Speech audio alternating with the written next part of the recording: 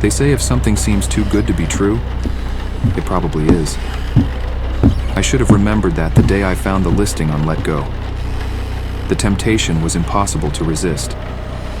But that click, that one moment of curiosity, led me down a path far darker than I could have ever imagined. In the end, what I thought was a simple online exchange turned into something far more sinister.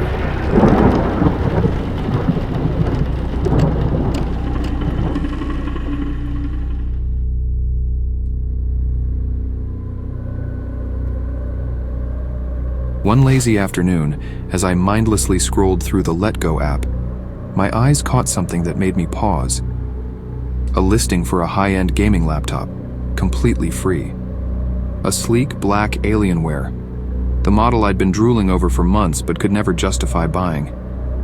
The description simply said, "Works great, free for pickup. First come, first serve." The excitement surged as I stared at the screen, unable to believe that such an expensive piece of equipment could be offered without a price tag. My laptop was ancient, running on fumes, and it had become a regular punching bag during late-night gaming sessions. So seeing this shiny Alienware with zero price attached was like a dream. Without thinking twice, I hit, "Is the laptop really free? Where can I pick it up?" I expected a delay given that it seemed like an insanely good deal, but to my surprise, the seller, someone named Claudia, responded almost immediately. "Yep, it's free. Just come and grab it. First come, first serve though. Lots of interest." Naturally, this response set off a small alarm bell in my mind. Too good to be true. But still, free was free, right? But that's where I should have paused. I asked for the address, and instead of giving me one, she sent me coordinates. Who the hell sends coordinates instead of an actual address? I messaged her back. "Could you just send an address or a landmark near the location?" She responded, "Sorry, I'm off-grid, and this area doesn't really have any addresses. It's just easier if you follow the coordinates. Trust me, it's worth the trip. Just text me when you're on your way. I'll be waiting." A bit skeptical, I tried Googling the coordinates. Sure enough, it led to an area outside the city, pretty much in the middle of nowhere, surrounded by woods. That should have been my second red flag, but I thought to myself, maybe she's just one of those reclusive tech geniuses or someone who hates social interaction. I could relate to that. We agreed on a time, 7 p.m., which was just before sundown. I downloaded a GPS coordinates app, plugged in the location, and set off. The drive took about 30 minutes, and as I got closer, my surroundings became increasingly desolate. Trees lined both sides of the road, and there were no houses, no streetlights, nothing. Just a road, winding through dense woods. I was almost at the location, and my phone showed I was just a few hundred meters away, when I realized I couldn't drive any farther. The path ahead was blocked by a dense forest with no way through for my car. I pulled over onto the shoulder, staring at the tree line. I texted Claudia, "Hey, I'm parked near the coordinates, but it looks like I'd need to walk into the woods. Is that right?" She replied after a minute, "Yep, just a short walk through the woods. You'll see a clearing where I'll be waiting with the laptop." By this point, a nagging voice in my head told me to turn around. But I had already driven this far, and the promise of that laptop kept pushing me forward. I decided to give it a shot.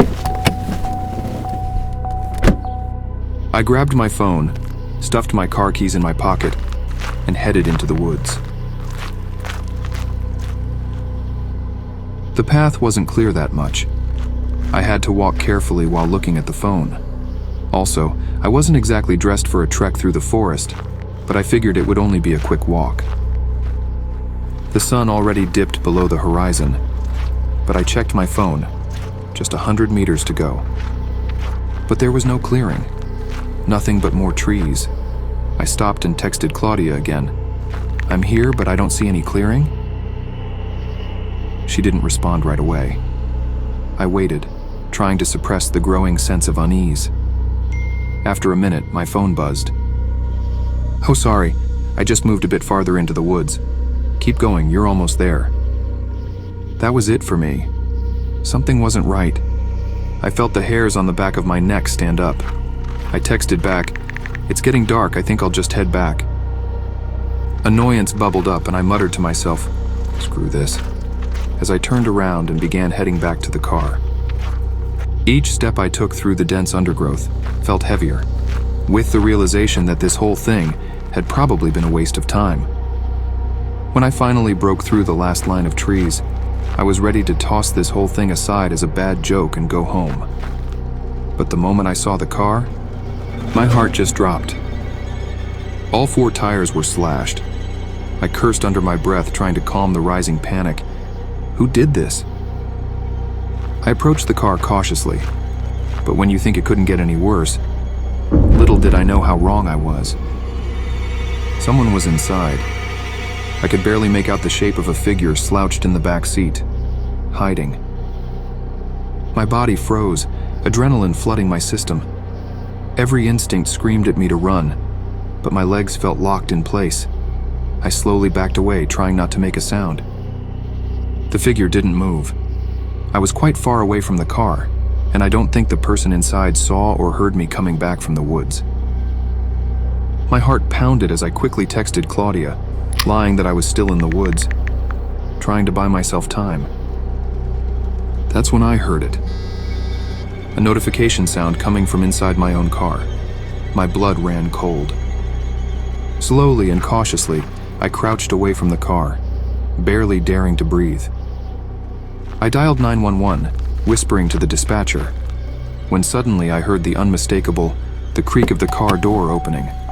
Panic surged through me, and that's when I sprinted. I ran for what felt like an eternity.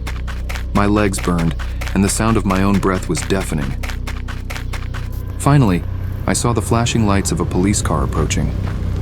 The officer pulled over to quickly take us to my car. My heart was racing, and I felt a wave of relief wash over me as we drove back to my car. When we arrived, the police searched the area but found nothing. No one in the woods, no sign of the person who had fled. They took a report, noting the slashed tires and the odd text conversation I had with Claudia. I ended up having the car towed and my tires replaced. It took a while for my nerves to settle after that night, but what kept me awake for many nights afterward was the thought of that figure in my back seat.